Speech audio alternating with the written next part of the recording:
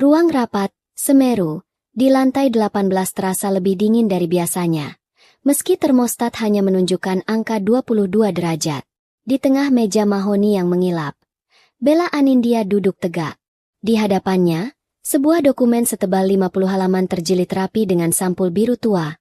Hasil riset pasar selama 6 bulan yang ia kerjakan, seringkali hingga lewat tengah malam. Judul di sampul itu tercetak tebal. Proyeksi ekspansi mikrologistik Q3, pendekatan berbasis data. Bella bukan orang yang gemar berspekulasi. Sebagai analis pasar senior di PT Adhitama Corp, reputasinya dibangun di atas angka yang presisi. Ia tidak menjual mimpi, ia menjual fakta yang bisa diukur. Hari ini, ia yakin data yang ia bawa adalah kunci bagi perusahaan untuk bertahan di tengah gempuran kompetitor digital. Di ujung meja, Kamal Prasetyo, direktur strategi yang baru menjabat 8 bulan, sedang memutar-mutar pena mahalnya. Pria itu mengenakan setelan jas Italia yang licin, kontras dengan isi kepalanya yang seringkali kusut saat diajak bicara teknis. Kamal dikenal sebagai orang yang gemar menggunakan istilah-istilah buzzword seperti sinergi, disruptif, dan game changer, tanpa benar-benar paham bagaimana menerapkannya. Jadi, suara Kamal memecah keheningan. Nadanya terdengar bosan. Intinya apa, Bel? Saya lihat dari tadi kamu bicara soal persentase, demografi, fluktuasi harga bahan bakar, mana jiwanya? Mana Big Bang-nya? Bella menarik napas perlahan, menekan rasa kesal yang mulai merambat naik. Pak Kamal, Big Bang, tanpa fondasi logistik yang kuat hanya akan membakar uang perusahaan. Data di halaman 12 menunjukkan bahwa jika kita masuk ke pasar tier 2 tanpa memperbaiki rantai pasok, kita akan rugi 15% di kuartal pertama. Proposal ini menawarkan solusi mitigasi risiko itu. Kamal mendengus, sebuah suara yang meremehkan. Ia menegakkan punggungnya, lalu mengulurkan tangan, menarik dokumen proposal milik Bella yang ada di tengah meja. Kamu ini terlalu kaku, Bella. Terlalu akuntan. Ucap Kamal dengan senyum miring. Dunia strategi itu soal keberanian. Soal visi. Kalau kita sibuk menghitung recehan seperti yang kamu tulis ini, kita tidak akan pernah terbang. Tanpa peringatan, Kamal menggeser kursinya mundur. Di sampingnya, sebuah tempat sampah stainless steel terbuka menganga. Dengan gerakan santai seolah sedang membuang tisu bekas, Kamal menjatuhkan proposal tebal itu ke dalam tempat sampah. Gedebuk. Bunyi jatuhnya dokumen itu tidak keras. Tapi gema penghinaannya terdengar memekakan telinga bagi 5 orang staf lain yang ada di ruangan itu. Hening. Suasana mendadak menjadi sangat canggung. Rekan-rekan Bella menunduk. Pura-pura sibuk mencatat atau menatap layar laptop. Takut terseret dalam badai. Buat ulang, kata Kamal enteng. Seolah tak terjadi apa-apa. Bawakan saya sesuatu yang seksi. Sesuatu yang bisa saya jual ke dewan direksi tanpa membuat mereka tertidur. Bubar. Kamal berdiri, merapikan jasnya, dan melenggang keluar ruangan tanpa menoleh lagi. Darah Bella berdesir panas menuju wajahnya. Jantungnya memukul rongga dada dengan keras. Penghinaan itu begitu telanjang, begitu terbuka. Riset 6 bulan, validasi data dari ratusan responden, analisis tren kompetitor. Semuanya dianggap sampah oleh seseorang yang bahkan mungkin tidak membaca halaman pertamanya. Namun, Bella tidak menangis. Ia tidak melempar gelas. Ia tidak berteriak mengejar Kamal. Perlahan, Bella menutup laptopnya. Ia merapikan kabel proyektor dengan gerakan tenang dan metodis. Wajahnya datar, tak terbaca. Di dalam kepalanya, insting analisnya justru sedang bekerja sangat cepat. Memproses situasi bukan sebagai tragedi emosional, melainkan sebagai sebuah data poin baru. Ia menyadari satu hal krusial saat itu. Di perusahaan ini, kompetensi telah kalah oleh arogansi. Bella berdiri, menyandang tas kerjanya. Ia menatap tempat sampah di mana hasil kerjanya tergeletak miring di antara bungkus permen dan kertas bekas. Ia tidak mengambilnya. Ia membiarkannya di sana sebagai saksi bisu kebodohan manajemen. Saat berjalan keluar dari ruang rapat, bibir Bella sedikit melengkung membentuk senyum tipis, hampir tak terlihat. Itu bukan senyum kekalahan. Itu adalah senyum seseorang yang baru saja melihat garis finish, meski orang lain belum menyadarinya. Baiklah, Kamal. Batinnya. Kalau kamu ingin bermain api tanpa data, silakan terbakar sendirian. Seminggu setelah insiden di ruang Semeru, suasana di lantai 18 berubah menjadi perang dingin yang sunyi. Tidak ada bentakan, tidak ada teguran keras. Namun Bella bisa merasakan oksigen di sekitarnya perlahan disedot habis. Senin pagi biasanya dimulai dengan weekly strategi sync. Rapat rutin pukul 9 di mana seluruh tim inti membahas arah gerak perusahaan untuk 1 pekan ke depan. Bella sudah menyiapkan kopi dan buku catatannya. Namun ketika ia membuka Outlook di laptopnya, kalendernya kosong. Ia merefresh halaman itu 2 kali. Tetap kosong. Tidak ada undangan rapat. Bella menoleh ke arah ruang kaca di ujung lorong. Di sana, ia melihat rekan-rekannya, Dion, Sarah, dan tentu saja Kamal, sudah duduk melingkar. Kamal sedang berdiri di depan papan tulis, tertawa lebar sambil menunjuk grafik yang entah apa isinya. Dion, yang biasanya selalu menyapa Bella setiap pagi, tidak sengaja bertatapan mata dengannya dari balik kaca. Pria itu buru-buru memalingkan wajah, pura-pura sibuk membetulkan letak dasinya. Pesan itu jelas. Kamu tidak lagi diinginkan di sini. Bella tidak beranjak untuk mengetuk pintu kaca itu. Ia tidak memohon untuk masuk. Ia hanya duduk kembali, menyesap kopinya yang masih panas, dan membuka folder pribadinya. Tepat pukul 10.15, sebuah notifikasi email masuk. Pengirimnya adalah Rina dari HRD. Subjek emailnya terdengar sangat birokratis. Pembaruan struktur tim strategi penyesuaian peran. Jantung Bella berdegup sedikit lebih kencang. Namun tangannya tetap stabil saat mengklik email tersebut. Yetha, Ibu Bella Anindya. Sehubungan dengan visi baru perusahaan untuk melakukan efisiensi dan penyegaran dalam Departemen Strategi, manajemen memutuskan untuk melakukan penyesuaian peran. Mulai efektif besok, posisi Anda akan direlokasi ke Divisi Pengawasan Arsip Data Historis.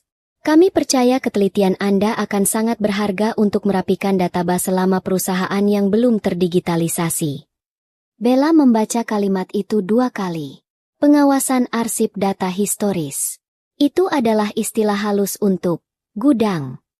Itu adalah posisi mati. Posisi tanpa anggaran, tanpa wewenang, dan tanpa masa depan. Mereka tidak memecatnya secara langsung karena itu akan memakan biaya pesangon yang besar dan proses hukum yang rumit. Kamal ingin Bella merasa bosan, merasa tidak berguna, lalu mengundurkan diri dengan sendirinya. Ini adalah taktik klasik konstruktive dismissal, pengasingan profesional. Bella menarik napas panjang, lalu menghembuskannya perlahan. Emosi manusiawinya ingin marah. Ia ingin masuk ke ruangan HR dan melempar laptopnya. Riset pasarnya yang brilian dibalas dengan tugas merapikan arsip usang? Namun, Bella menahan diri. Marah hanya akan membuatnya terlihat tidak stabil, persis seperti narasi yang mungkin sedang dibangun Kamal tentang dirinya. Alih-alih membalas email itu dengan protes, Bella membuka aplikasi pencatat di tabletnya. Ia membuat folder baru bernama Dokumentasi Exit. Langkah pertamanya sangat metodis. Ia memforward email dari HR tersebut ke email pribadinya. Ia mencatat tanggal dan jam kejadian hari ini. Senin, 14 Agustus, pukul 9, dikeluarkan dari rapat mingguan tanpa pemberitahuan. Ia mulai mengumpulkan bukti kinerja.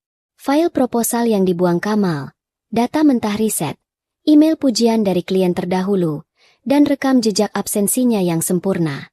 Bella tahu, di dunia korporat, kebenaran tanpa bukti hanyalah gosip. Ia tidak akan keluar sebagai pecundang yang baper.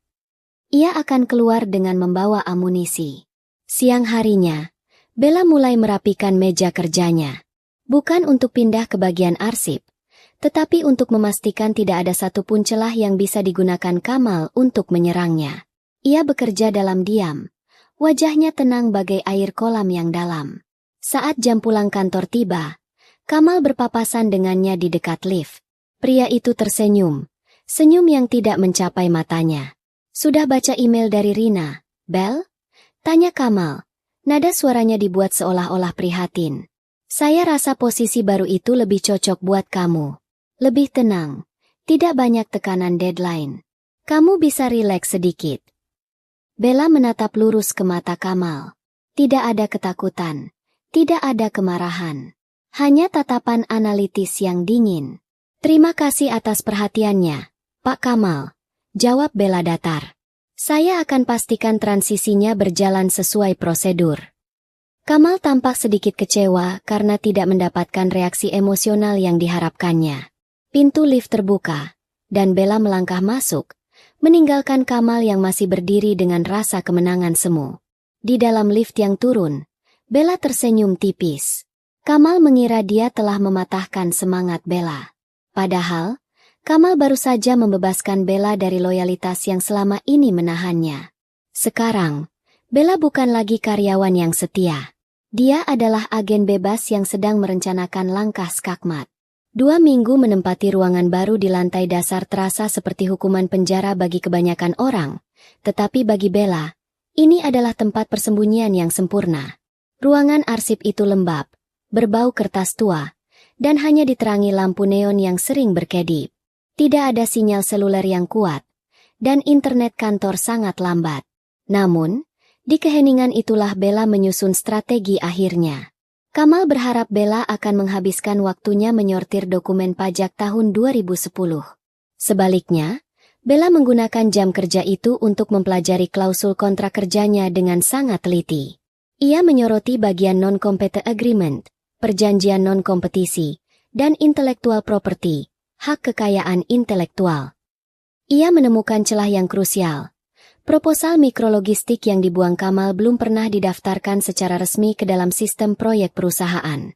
Karena Kamal membuangnya sebelum ada tanda tangan persetujuan atau nomor registrasi proyek, secara teknis, ide itu dianggap tidak pernah ada, atau ditolak oleh perusahaan. Status ditolak, ini membebaskan Bella. Jika perusahaan tidak menginginkannya, maka perusahaan tidak memiliki hak klaim atas ide tersebut di masa depan. Hari Jumat, tanggal 25, tepat setelah notifikasi gaji masuk rekeningnya, Bella mencetak 1 lembar kertas. Surat pengunduran diri. Ia tidak menulis alasan panjang lebar tentang perlakuan tidak adil atau lingkungan kerja yang toksik. Surat itu standar, baku, dan dingin, mengundurkan diri untuk mengejar peluang karir lain. Sesuai prosedur one month notice, ia akan bekerja 30 hari lagi sebelum resmi keluar. Sore harinya, ia meletakkan surat itu di meja Kamal. Kamal, yang sedang sibuk memilih menu makan malam di ponselnya, melirik kertas itu sekilas lalu tertawa kecil. Wah, akhirnya benderanya dikibarkan juga, ujar Kamal tanpa rasa bersalah. Ia menyandarkan punggungnya di kursi kulit yang empuk. Saya kira kamu lebih tangguh dari ini, Bel. Baru ditaruh di arsip 2 minggu sudah menyerah. Bella berdiri tegak. Kedua tangannya terlipat sopan di depan tubuh. Wajahnya tidak menunjukkan tanda-tanda kekalahan yang ingin dilihat Kamal. Saya tidak menyerah, Pak. Saya hanya menyadari bahwa value saya tidak lagi sejalan dengan visi Bapak. Jawab Bella tenang. Lagi pula, Bapak butuh tim yang bisa mengikuti gaya Big Bang. Bapak, bukan orang yang sibuk dengan detail membosankan seperti saya. Kamal mengangguk-angguk. Egonya terbelai oleh kalimat yang sebenarnya merupakan sarkasme halus itu. Betul. Kamu cerdas, Bella. Tapi kamu kurang fleksibel. Ya sudah, saya terima. Pastikan kamu bereskan semua pekerjaan di gudang arsip sebelum pergi. Tentu, Pak. Selama 30 hari masa transisi, Bella bekerja seperti hantu.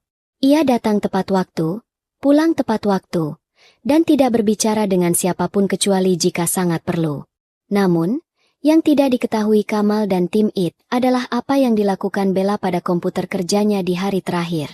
Bella tidak menghapus data perusahaan. Itu ilegal.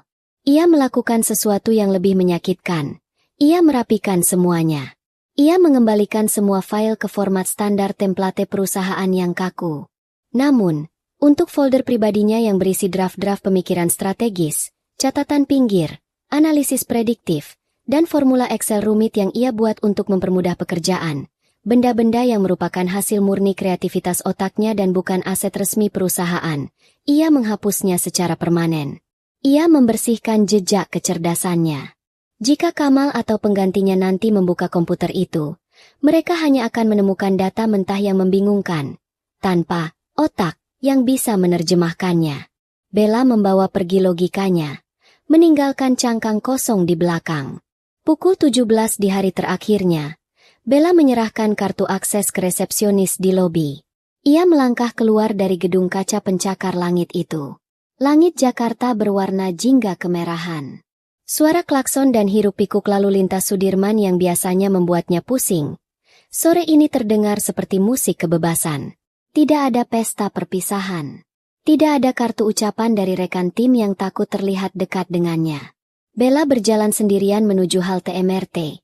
Tapi langkahnya terasa ringan seolah ia bisa terbang. Di dalam tasnya, tidak ada satupun dokumen curian. Tapi di dalam kepalanya, kerangka proposal mikrologistik itu menyala terang, siap untuk dibangun ulang dari nol. Kali ini tanpa ada tangan jahil yang akan membuangnya ke tempat sampah. Sekarang, bisik Bella pada pantulan dirinya di kaca jendela MRT. Mari kita lihat siapa yang sebenarnya memegang kendali. Setelah resmi menyandang status pengangguran, Bella tidak membiarkan dirinya tenggelam dalam euforia kebebasan yang semu.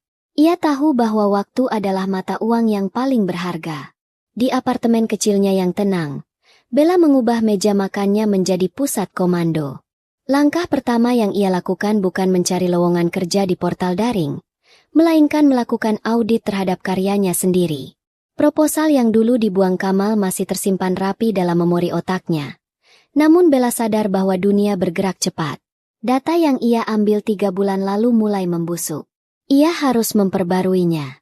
Dengan sisa tabungannya, ia membeli akses ke beberapa basis data riset pasar premium dan mulai membedah ulang struktur industri logistik dari sudut pandang yang lebih tajam. Selama 2 minggu, Bella hidup dalam siklus yang disiplin. Bangun pukul 5 pagi, berolahraga singkat untuk menjaga kewarasan, lalu duduk di depan laptop hingga matahari terbenam.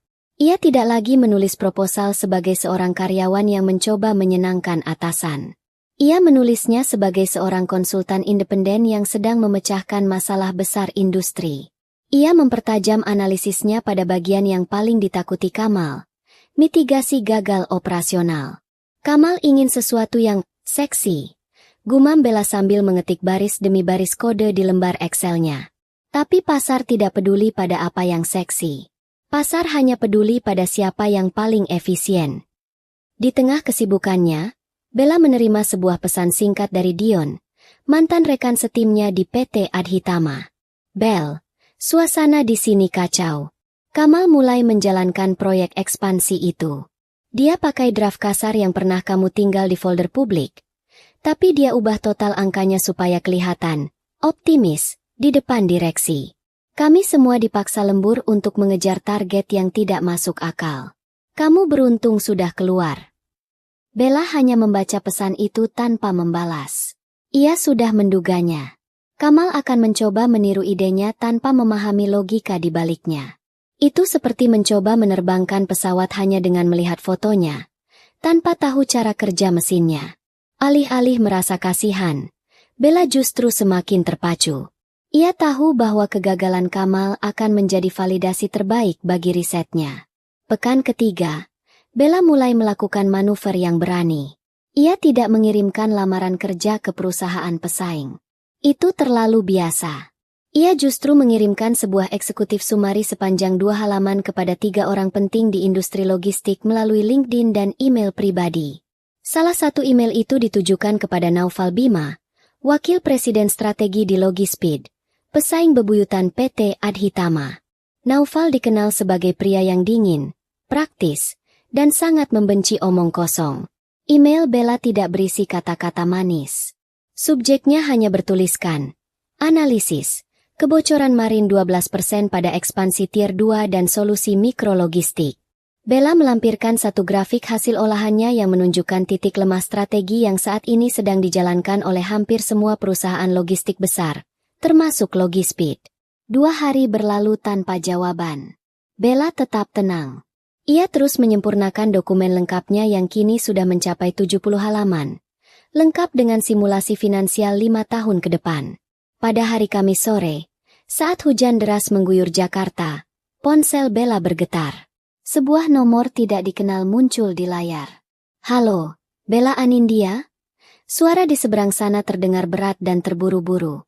"Iya, saya sendiri. Dengan siapa saya berbicara?" "Naufal Bima dari Logispeed. Saya baru saja membaca ringkasan yang Anda kirim. Jujur saja, grafik di halaman kedua itu cukup mengganggu tidur saya semalam. Di mana Anda mendapatkan data distribusi itu?" Bella tersenyum tipis. Ia tahu umpannya telah dimakan. "Itu hasil olahan data primer dan sekunder yang saya kembangkan secara independen, Pak Naufal. Data itu tidak ada di laporan publik manapun karena melibatkan variabel yang sering diabaikan oleh analis konvensional." Hening sejenak di seberang sana. Naufal sepertinya sedang menimbang-nimbang. "Saya punya waktu besok jam 10 pagi. Bukan di kantor, tapi di kafe area Senopati. Bawa dokumen lengkapnya. Jangan terlambat." Bella menutup telepon dengan tangan yang sedikit gemetar. Bukan karena takut, melainkan karena adrenalin.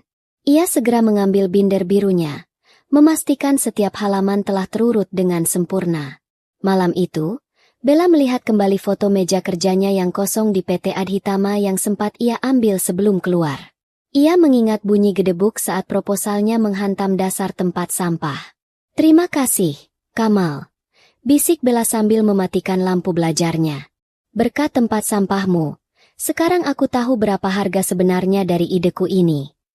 Pukul 9.45, 15 menit sebelum waktu yang dijanjikan, Bella sudah duduk di salah satu pojok kafe di Senopati. Ia memilih meja yang agak tersembunyi namun memiliki pencahayaan cukup untuk membaca dokumen. Pakaiannya sederhana namun tajam, blazer hitam tanpa celah dengan kemeja putih di dalamnya.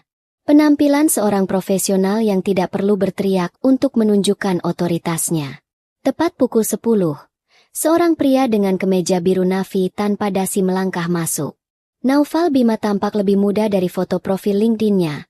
Namun gurat kelelahan di matanya menunjukkan beban tanggung jawab yang ia pikul sebagai VP strategi. Tanpa basa-basi, Naufal menarik kursi di depan Bella. "Kopi hitam, tanpa gula," ujarnya pada pelayan yang mendekat, lalu langsung menatap Bella. "Saya punya waktu 40 menit sebelum rapat dewan. Tunjukkan pada saya kenapa saya harus membuang waktu dengan seorang analis independen ketimbang menyewa firma konsultan Big Four." Bella tidak tersinggung. Ia justru menyukai gaya bicara yang langsung pada sasaran. Tanpa banyak bicara, ia mengeluarkan dokumen yang kini telah ia beri judul baru, The Decentralized Hub, Redefining Tier 2 Logistics. Bella membuka halaman 5. Sebuah peta panas, heat map, efisiensi logistik terpampang di sana. Firma konsultan besar akan memberi Anda data makro yang indah, Pak Naufal. Mereka akan bicara soal pertumbuhan ekonomi 5% dan daya beli masyarakat. Tapi mereka tidak akan memberitahu Anda bahwa di lapangan, biaya last mile delivery Anda membengkak karena infrastruktur gudang yang terpusat di kota besar. Bella mulai menjelaskan, suaranya tenang dan stabil. Ia melanjutkan, "Strategi yang saya susun ini bukan soal membangun gudang raksasa. Ini soal mikrodistribusi menggunakan aset lokal yang sudah ada. Mengubah biaya tetap menjadi biaya variabel." Di sini, ia menunjuk tabel proyeksi keuangan.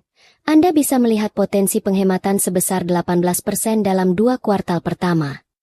Naufal yang awalnya bersandar santai, kini mulai mencondongkan tubuh ke depan. Ia mengambil kacamata dari saku kemejanya dan mulai menelusuri angka-angka itu dengan telunjuknya. "Angka Marin ini terlalu optimis," gumam Naufal, mencoba menguji Bella. "Itu angka konservatif, Pak," balas Bella cepat. "Saya sudah memasukkan variabel kenaikan harga BBM dan inflasi tahunan sebesar 4%. Jika Anda melihat catatan kaki di halaman 22, ada kalkulasi mengenai optimasi rute berbasis algoritma yang bisa menekan konsumsi bahan bakar hingga 7%. Naufal terdiam cukup lama. Ia membalik halaman demi halaman. Ia melihat ketelitian yang jarang ia temukan bahkan pada manajer senior di perusahaannya sendiri. Dokumen ini bukan sekadar ide. Ini adalah cetak biru siap pakai. Siapa lagi yang sudah melihat ini? Tanya Naufal tajam. Matanya mengunci mata Bella. Tidak ada. Kecuali seorang mantan atasan yang menganggap data ini terlalu membosankan dan memilih untuk membuangnya ke tempat sampah. Jawab Bella dengan senyum tipis yang syarat makna. Naufal menyeringai kecil. Mantan atasanmu itu pasti orang yang sangat bodoh atau sangat sombong. Atau keduanya. Naufal menutup dokumen itu dengan suara plak yang mantap. Saya tidak punya waktu untuk merekrut Anda sebagai karyawan baru dan melewati birokrasi HR yang lambat. Lagi pula, Anda sepertinya sudah tidak tertarik menjadi karyawan. Bella mengangguk. Saya lebih memilih menjual lisensi penggunaan strategi ini sebagai konsultan eksternal. Sebutkan harganya, tantang Naufal. Bella menyebutkan sebuah angka. Angka yang setara dengan 2 tahun gajinya di PT Adhitama. Naufal tidak berkedip. Saya akan beli proposal ini secara utuh. Hak eksklusif untuk Logispeed. Tapi dengan satu syarat. Anda harus bersedia menjadi pengawas implementasi selama 3 bulan pertama sebagai konsultan independen. Saya tidak ingin strategi ini salah eksekusi. Bella mengulurkan tangannya. Sepakat. Saat mereka bersalaman, Bella merasakan sebuah kemenangan yang jauh lebih manis daripada sekadar uang. Ini adalah validasi. Di tempat sampah PT Adhitama, dokumen ini adalah limbah. Di meja Naufal Bima, dokumen ini adalah senjata rahasia. Saat Naufal pergi membawa binder biru itu, Bella bersandar di kursinya. Ia menyesap kopinya yang kini sudah dingin, tapi rasanya lebih nikmat dari apapun yang pernah ia cicipi. Ia tahu, di gedung seberang, Kamal mungkin sedang sibuk berakrobat dengan angka-angka palsu untuk menipu direksi. Bella tidak perlu membalas dendam. Ia hanya perlu membiarkan pasar melakukan tugasnya. Memisahkan mana yang benar-benar bernilai dan mana yang hanya sekadar bualan. 1 bulan setelah penandatanganan kesepakatan dengan Naufal Bima, dampak dari strategi Bella mulai terasa di pasar. Logispeed melakukan manuver yang tidak terduga. Mereka tidak menambah armada truk besar, melainkan membangun ratusan titik transit mikro di kota-kota kecil. Media bisnis mulai menyoroti lonjakan efisiensi pengiriman mereka yang melesat tajam. Sementara itu, di kantor lama Bella, PT Adhitama Corp, kondisinya justru berbanding terbalik. Kamal Prasetyo kini sedang berada di bawah sorotan lampu ruang rapat yang sama, tempat ia dulu membuang proposal Bella. Namun kali ini, ia tidak sedang memutar-mutar pena mahalnya dengan santai. Keringat dingin merembes di kerah kemejanya. Kamal, bisa jelaskan kenapa biaya operasional kita di wilayah Tier 2 membengkak 25% bulan ini? Suara Direktur Utama PT Adhitama, Pak Hendrawan, terdengar berat dan penuh tuntutan. Kamal berdeham, mencoba mengatur suaranya agar terdengar berwibawa. Ini adalah fase investasi, Pak. Seperti yang saya sampaikan sebelumnya, kita sedang melakukan penetrasi pasar yang disruptif. Biaya di awal memang tinggi untuk menciptakan brand awareness. Investasi. Hendrawan melempar sebuah tablet ke tengah meja. Di layarnya terpampang berita ekonomi digital dengan judul, Logispeed pangkas biaya logistik 15% dengan sistem microhub, saham meroket. Logispeed bergerak ke arah yang sama dengan kita. Tapi mereka justru menghemat biaya. Sedangkan kita kehilangan uang di setiap pengiriman. Mana tim analis yang menghitung angka-angka ini? Lanjut Hendrawan. Kamal melirik ke arah Dion, yang kini menjabat sebagai analis sementara menggantikan peran Bella. Dion hanya menunduk, menatap layar laptopnya dengan nanar. Ia tahu bahwa angka-angka yang dipresentasikan Kamal beberapa minggu lalu adalah hasil manipulasi data agar terlihat seksi di depan Dewan Direksi, persis seperti peringatan yang pernah diberikan Bella. Kami sedang melakukan penyesuaian algoritma, Pak. Jawab Kamal terbata-bata. Penyesuaian. Hendrawan berdiri. Saya dengar dari HR bahwa Bella Anindya keluar sebulan yang lalu. Bukankah dia yang memegang riset untuk proyek ini selama 1 semester terakhir? Ruangan itu mendadak senyap. Kamal menelan ludah. Bella, dia mengundurkan diri karena alasan pribadi. Pak, lagi pula, pendekatannya terlalu konservatif. Dia tidak cocok dengan visi besar kita. Visi besar. Hendrawan mendengus sinis. Visi tanpa dasar data adalah bunuh diri. Kamal, saya ingin laporan lengkap perbandingan strategi kita dengan Logispeed di meja saya besok pagi. Dan jika saya menemukan bahwa kita melewatkan sesuatu yang penting yang sebenarnya sudah ada di tangan kita sebelumnya, kamu tahu konsekuensinya. Setelah rapat bubar, Kamal kembali ke ruangannya dengan langkah gontai. Ia membanting pintu dan duduk di kursi mewahnya yang kini terasa panas. Ia mulai merasa cemas. Ia teringat kembali pada dokumen tebal dengan sampul biru tua yang ia lempar ke tempat sampah waktu itu. Saat itu, ia mengira telah menyingkirkan sebuah kerikil yang menghambat langkahnya. Ia tidak sadar bahwa kerikil itu adalah kunci yang menahan seluruh struktur bendungan agar tidak runtuh. Kamal mencoba mencari salinan digital proposal Bella di server perusahaan. Ia mengetikkan kata kunci, mikrologistik, ekspansi Q3, dan nama, Bella Anindya. Hasilnya nihil. Semua folder itu kosong atau hanya berisi file administratif yang tidak berguna. Ia baru menyadari bahwa Bella telah membersihkan otak dari setiap draftnya sebelum pergi. Bella tidak mencuri data. Dia hanya mengambil kembali kecerdasannya. Di saat yang sama, di kantor barunya sebagai konsultan independen, Bella sedang duduk di depan jendela besar yang menghadap ke arah gedung PT Adhitama. Ia baru saja menerima notifikasi bahwa pembayaran termin pertama dari Logispeed telah masuk. Ponselnya bergetar. Sebuah pesan dari Dion masuk. Kamal baru saja mengamuk di departemen IT mencari file lamamu. Bel. Direktur utama mulai bertanya-tanya. Kurasa bom waktu yang kamu tinggalkan mulai berdetak. Bella tidak membalas. Ia hanya meletakkan ponselnya dan kembali fokus pada layar laptop.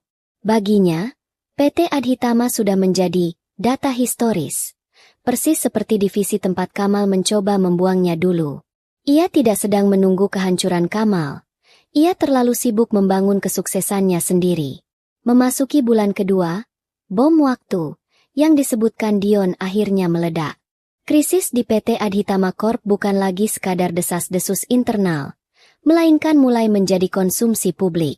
Keluhan pelanggan menumpuk. Paket-paket di wilayah Tier 2 terlambat berhari-hari karena sistem distribusi yang dipaksakan Kamal mengalami kemacetan total. Di sisi lain jalan, Bella justru sedang menikmati fase paling produktif dalam karirnya. Sebagai konsultan independen, ia memiliki kendali penuh atas waktunya. Ia tidak lagi harus menghabiskan energi untuk politik kantor atau menjilat atasan demi pengakuan. Suatu sore, Naufal Bima mengundangnya ke kantor pusat Logispeed untuk peninjauan hasil fase pertama. Lihat ini, Bella, ujar Naufal sambil menunjukkan dashboard performa mereka. Grafik garis menunjukkan penurunan biaya operasional yang tajam, sementara kepuasan pelanggan merangkak naik. Strategi, mikrohub. Anda bekerja lebih baik dari yang saya bayangkan. Kita berhasil memotong waktu tunggu hingga 40% di wilayah Jawa Tengah. Itu karena infrastruktur lokal lebih adaptif terhadap perubahan cuaca dan kondisi jalan, Pak Naufal. Sesuatu yang sering diabaikan jika kita hanya melihat peta dari balik meja di Jakarta. Jawab Bella tenang. Naufal bersandar di kursinya, menatap Bella dengan rasa hormat yang tulus. Saya dengar PT Adhitama sedang berdarah-darah. Mereka mencoba meniru model kita, tapi mereka kehilangan arah. Kabarnya, mereka salah menghitung kapasitas penyimpanan di gudang transit. Bella tersenyum tipis. Mereka menggunakan angka rata-rata nasional untuk wilayah spesifik. Itu kesalahan fatal dalam analisis pasar. Anda tahu itu karena Anda yang membuat riset aslinya, tebak Naufal. Bella, saya penasaran. Kenapa Anda tidak marah saat mereka membuang karya Anda? Kalau saya di posisi Anda, saya mungkin akan menuntut mereka. Marah itu menguras energi. Pak, dokumentasi jauh lebih berguna. Jawab Bella lugas. Saya sudah tahu bahwa tanpa logika yang menyusun data tersebut, proposal itu hanyalah tumpukan kertas. Ketika Pak Kamal membuangnya, Dia sebenarnya sedang membuang peta jalan keselamatannya sendiri. Saya hanya membiarkan dia menanggung konsekuensi dari keputusannya. Sementara itu, di kantor PT Adhitama, suasananya mencekam.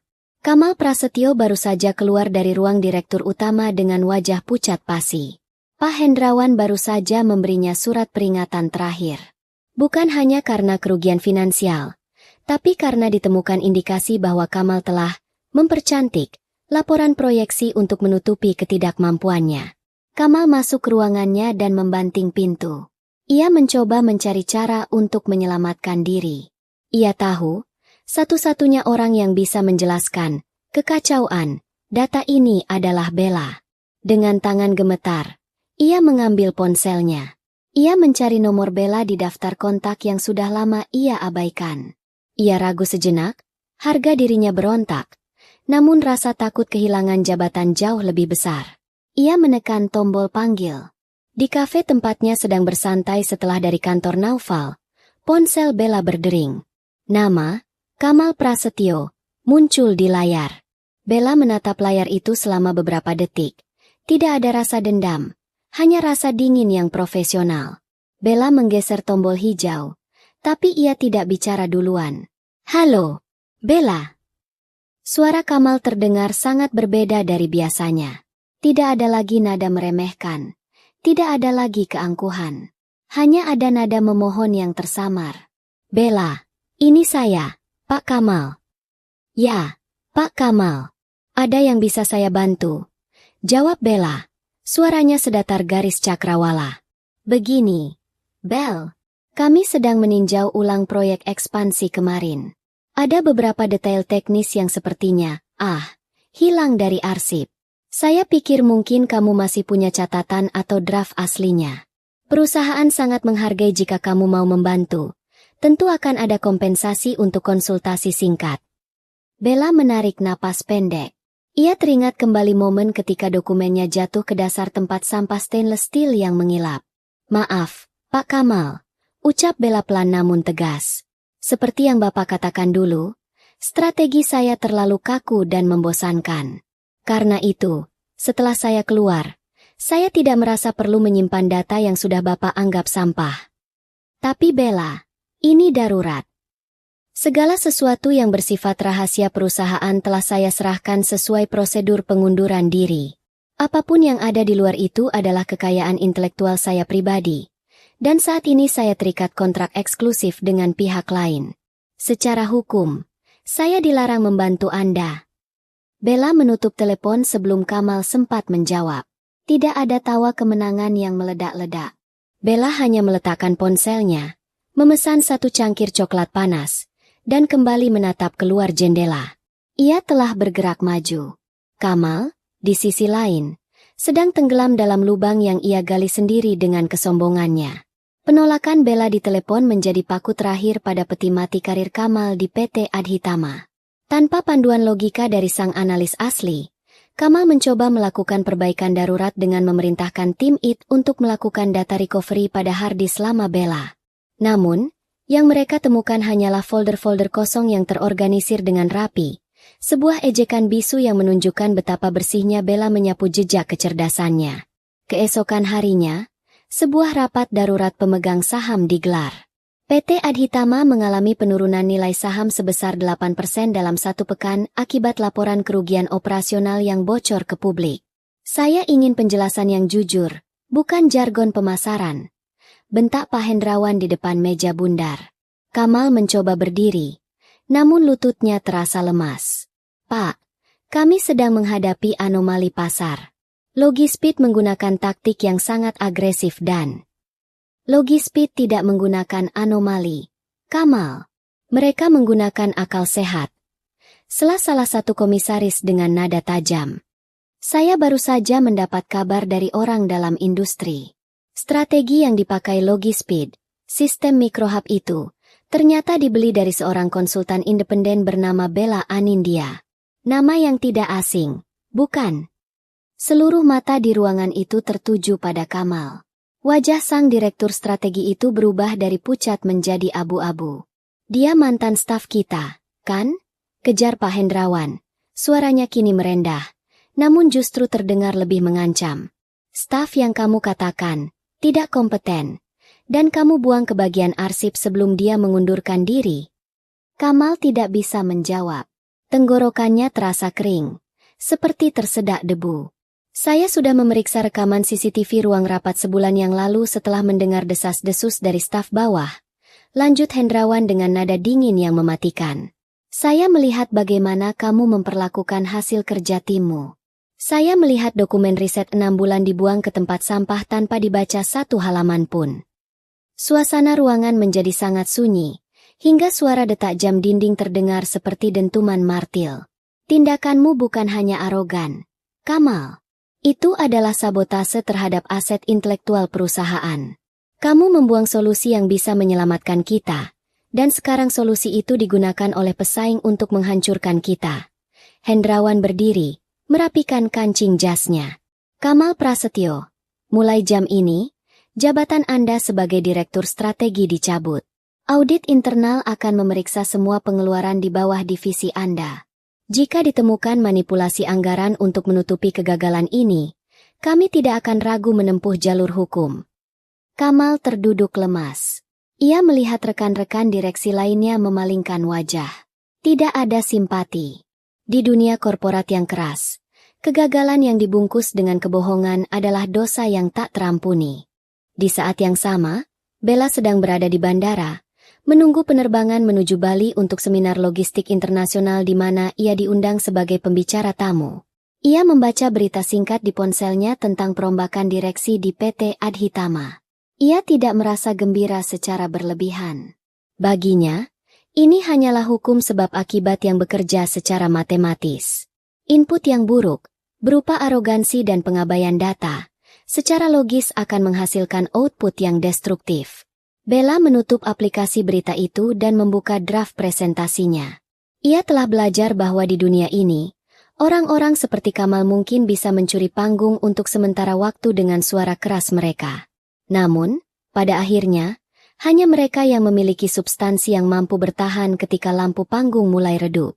Langkah selanjutnya, gumam Bella pada dirinya sendiri sambil menatap pesawat yang sedang taksing di landasan, adalah memastikan bahwa nilai ini tetap menjadi milikku sendiri. 3 bulan setelah keluar dari PT Adhitama, Bella mendapati dirinya berada di sebuah ruang kerja bersama, coworking space, premium di kawasan Canggu, Bali. Jauh dari kebisingan klakson Jakarta dan tekanan politik kantor yang menyesakan, ia justru menemukan ritme kerja yang paling efisien dalam hidupnya. Statusnya kini bukan lagi karyawan, melainkan pemilik dari Anindya Strategic Advisory. Ia adalah perusahaan satu orang yang memiliki pengaruh lebih besar daripada satu departemen di kantor lamanya. Pagi itu, ia baru saja menyelesaikan sesi konsultasi daring dengan tim implementasi Logispeed. Naufal Bima, yang kini menjadi klien utamanya, muncul di layar dengan ekspresi yang jauh lebih rileks dibandingkan pertemuan pertama mereka. Bella, fase transisi di Jawa selesai. Kami mencatat kenaikan throughput sebesar 22%. Angka ini melampaui prediksi konservatif Anda di proposal awal, kata Naufal. Dewan direksi kami bertanya, apakah Anda tertarik untuk bergabung secara permanen sebagai Chief Strategy Officer? Bella tersenyum, sebuah senyuman yang kini tampak lebih penuh percaya diri. Terima kasih atas tawaran luar biasanya, Pak Naufal. Tapi seperti yang saya sampaikan di awal, nilai saya terletak pada independensi saya. Saya lebih berguna bagi Logispeed sebagai mitra strategis daripada sebagai bagian dari hierarki internal. Naufal tertawa kecil. Sudah menduga jawaban itu. Anda memang sulit ditaklukkan, Bella. Tapi saya mengerti. Kontrak konsultan Anda akan kami perpanjang untuk ekspansi wilayah Sumatera. Setelah menutup laptop, Bella menarik napas panjang, menghirup udara laut yang segar. Ia teringat kembali pada masa-masa di PT Adhitama, di mana setiap idenya harus melewati 7 lapis birokrasi dan ego manajer sebelum bisa dieksekusi. Dulu, ia adalah roda gigi kecil yang dipaksa berputar di mesin yang rusak. Sekarang, ia adalah arsitek yang merancang mesinnya sendiri. Keberhasilan Bella bukan hanya soal uang, meskipun pendapatan bulanannya kini 3 kali lipat dari gajinya sebagai analis senior. Keberhasilan sejatinya adalah kendali penuh. Ia memilih siapa yang menjadi kliennya, ia menentukan metodologinya, dan yang paling penting, ia memiliki hak milik atas setiap pemikirannya. Di sisi lain, ia mendengar kabar dari Dion melalui pesan singkat bahwa PT Adhitama mencoba merekrut analis baru untuk menggantikan posisinya. Namun, mereka kesulitan. Reputasi Departemen Strategi di bawah Kamal sebelumnya telah meninggalkan lubang hitam pada data perusahaan. Tidak ada yang mau membereskan kekacauan yang ditinggalkan Kamal tanpa dokumentasi yang jelas. Bella membuka folder di tabletnya yang diberi label arsip pribadi. Di sana, ia menyimpan foto surat pengunduran dirinya dan foto tempat sampah di ruang rapat itu. Bukan untuk memupuk dendam, melainkan sebagai pengingat bahwa sebuah penghinaan seringkali merupakan sinyal dari semesta bahwa tempat tersebut sudah terlalu kecil untuk menampung potensi kita. Ia menyadari bahwa jika Kamal tidak membuang proposalnya hari itu, mungkin Bella masih akan terjebak di meja yang sama, mengerjakan laporan rutin yang membosankan, dan menunggu kenaikan gaji tahunan yang tidak seberapa. Terima kasih, Kamal. Gumamnya sambil menyesap jus jeruk segarnya. Kamu memberiku dorongan yang aku butuhkan untuk berhenti menjadi penonton dalam karierku sendiri. Bella kemudian mulai mengetik draft untuk bab pertama buku yang ingin ia tulis, Data Driven Integrity. Mengapa angka tidak bisa berbohong, tapi manusia bisa? Ia bukan lagi sekadar analis.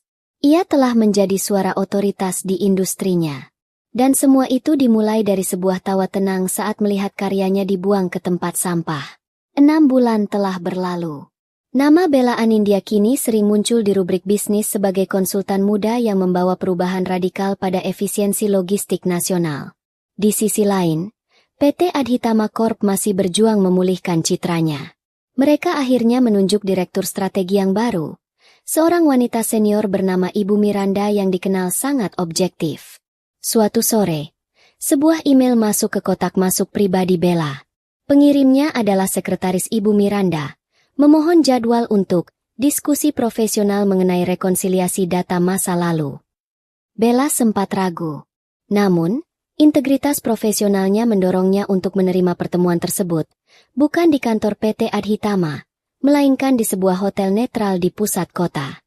Ibu Miranda datang dengan membawa setumpuk laporan yang terlihat berantakan.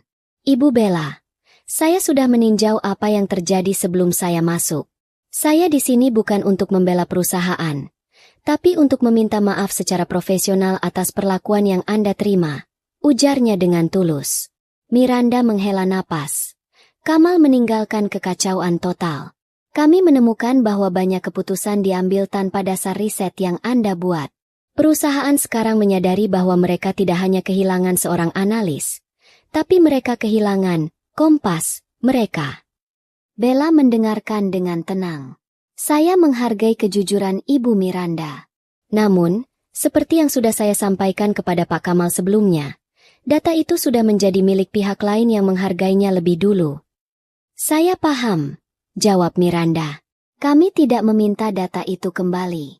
Kami hanya ingin tahu, bagaimana Anda tetap bisa setenang itu?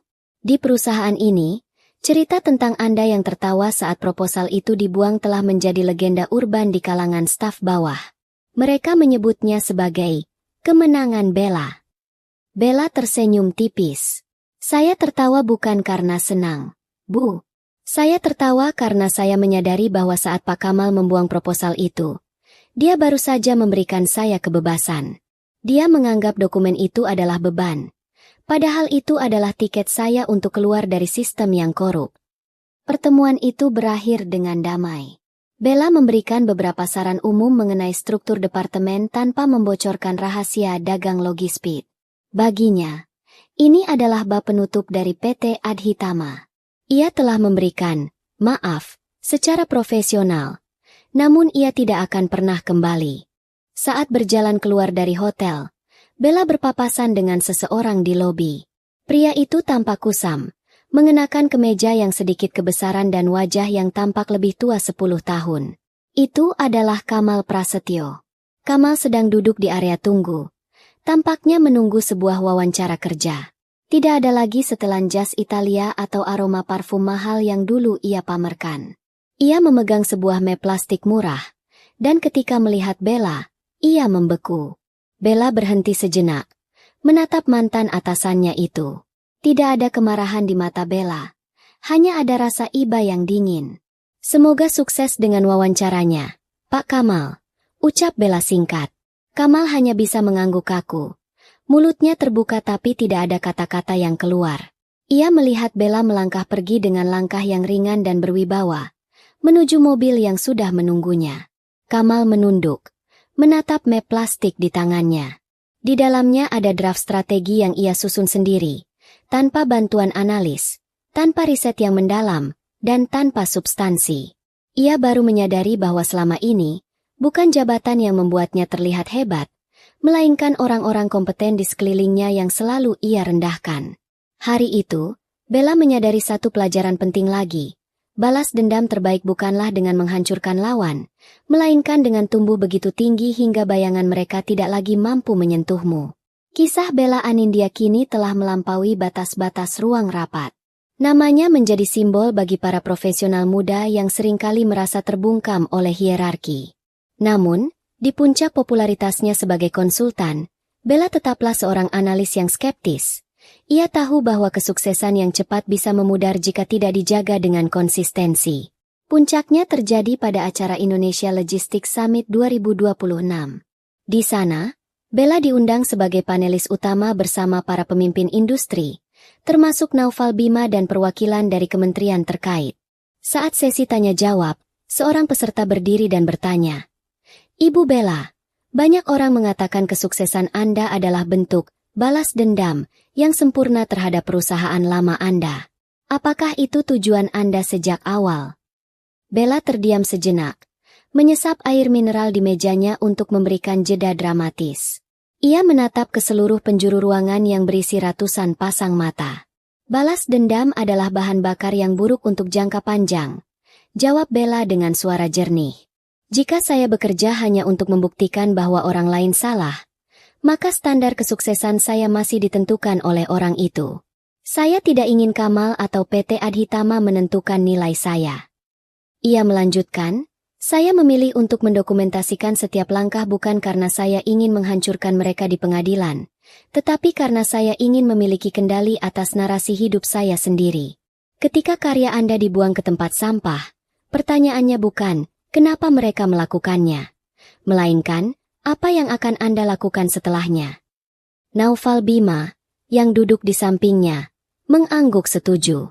Industri ini membutuhkan lebih banyak orang yang berani memegang teguh data daripada ego. Bella bukan hanya menjual strategi kepada saya, dia menjual integritas. Setelah sesi tersebut berakhir, Bella dikerumuni oleh banyak orang yang ingin menjabat tangannya. Namun, ada satu momen yang membuatnya terhenti. Di sudut ruangan, ia melihat Dion, mantan rekannya yang dulu sering memberinya kabar rahasia dari PT Adhitama. Dion mendekat dengan wajah sumringah. "Bel, selamat. Kamu hebat sekali di atas sana." "Terima kasih, Dion. Bagaimana kabar di sana?" tanya Bella tulus. Dion menghela napas. "Ibu Miranda sedang mencoba merombak semuanya, tapi butuh waktu. Yang menarik adalah, setelah kasus Kamal terungkap, perusahaan membuat kebijakan baru yang mereka sebut Protokol Bella. Sekarang, setiap ide yang diajukan staf harus didokumentasikan dalam sistem digital yang tidak bisa dihapus oleh manajer manapun tanpa alasan objektif. Kamu mengubah budaya mereka, bahkan setelah kamu pergi." Bella merasa dadanya hangat. Mengetahui bahwa kepergiannya membawa perlindungan bagi rekan-rekan yang ditinggalkannya adalah pencapaian yang lebih besar daripada nilai kontrak manapun. Malam itu, Bella kembali ke hotelnya. Ia membuka laptop dan melihat grafik keuangan terbarunya. Anindya Strategic Advisory kini telah memiliki 3 karyawan tetap. Semuanya adalah analis muda berbakat yang ia rekrut dari berbagai daerah. Ia tidak memposisikan dirinya sebagai bos, seperti Kamal. Ia adalah mentor. Ia memastikan setiap karyawannya tahu bahwa suara mereka berharga, dan bahwa data adalah satu-satunya penguasa di kantor mereka. Ia menutup hari itu dengan menulis satu kalimat di jurnal pribadinya. Nilai sejati tidak pernah bisa dibuang ke tempat sampah. Ia mungkin bisa disembunyikan untuk sementara, tapi ia akan selalu menemukan jalannya sendiri menuju cahaya. 1 tahun setelah insiden tempat sampah yang mengubah segalanya, Bella Anindya berdiri di balkon kantor barunya yang permanen di kawasan bisnis Jakarta. Ruangan itu tidak seluas kantor Kamal dulu, namun dindingnya terbuat dari kaca transparan, melambangkan nilai utama yang ia anut, transparansi. Di atas meja kerjanya, terdapat sebuah benda unik yang dijadikan pajangan, sebuah miniatur tempat sampah kecil dari perak. Bagi orang lain, itu mungkin hanya hiasan aneh, namun bagi Bella, itu adalah monumen pengingat bahwa titik terendah dalam karirnya justru menjadi batu loncatan tertinggi. Pagi itu, Bella menerima kabar terakhir tentang Kamal Prasetyo. Mantan direkturnya itu kini bekerja sebagai staf administrasi biasa di sebuah perusahaan distribusi kecil di pinggiran kota. Tanpa pengaruh, tanpa suara besar, dan tanpa pelayan, data yang bisa ia klaim sebagai miliknya. Karirnya meredup bukan karena disingkirkan oleh musuh, melainkan karena ia tidak pernah benar-benar membangun fondasi kemampuannya sendiri. Sementara itu, Logispeed, di bawah bimbingan strategis Bella, resmi menjadi pemimpin pasar logistik nasional. Strategi, Microhub, yang dulu dianggap sampah kini menjadi standar industri yang dipelajari di sekolah-sekolah bisnis. Bella baru saja menyelesaikan sesi orientasi untuk 2 analis magang yang baru ia rekrut. Ia memberikan pesan yang sama kepada mereka. Pesan yang kini menjadi filosofi hidupnya. Jangan pernah takut jika ide kalian ditolak, ujar Bella lembut kepada 2 pemuda di depannya. Takutlah jika kalian tidak memiliki bukti atas kerja keras kalian sendiri. Dokumentasikan semuanya. Bukan untuk menyerang orang lain, tapi untuk menjaga harga diri kalian. Ingat, selama kalian memegang kebenaran data, tidak akan ada tempat sampah yang cukup besar untuk menampung nilai kalian. Setelah para magang itu keluar, Naufal Bima menelepon. Bukan untuk urusan pekerjaan, melainkan untuk memberikan selamat atas penghargaan Analyst of the Year yang baru saja diumumkan oleh Asosiasi Industri. Selamat, Bella. Sepertinya dunia akhirnya setuju dengan apa yang saya lihat di kafe Senopati waktu itu, kata Naufal. Terima kasih, Naufal. Terima kasih sudah menjadi orang yang mau membuka dokumen itu saat orang lain hanya melihat sampulnya, jawab Bella tulus. Bella menutup telepon, lalu mengambil tasnya. Ia berjalan keluar melewati ruang kerja timnya yang sibuk namun harmonis. Tidak ada ketegangan. Tidak ada pengasingan profesional, hanya suara diskusi yang sehat berbasis fakta. Saat ia melangkah keluar gedung, ia berpapasan dengan bayangannya sendiri di pintu kaca. Ia melihat seorang wanita yang tenang, mandiri, dan memiliki kendali penuh atas takdirnya. Bella Anindya bukan lagi sekadar nama di atas secari kontrak. Ia telah menjadi simbol bahwa kesabaran, dokumentasi yang rapi, dan ketenangan emosional adalah senjata yang jauh lebih mematikan daripada kemarahan. Ia tersenyum sekali lagi. Kali ini bukan senyum pahit di ruang rapat, melainkan senyum kepuasan yang murni. Nilai sejati memang selalu menemukan jalannya sendiri seiring waktu, dan Bella telah sampai di sana dengan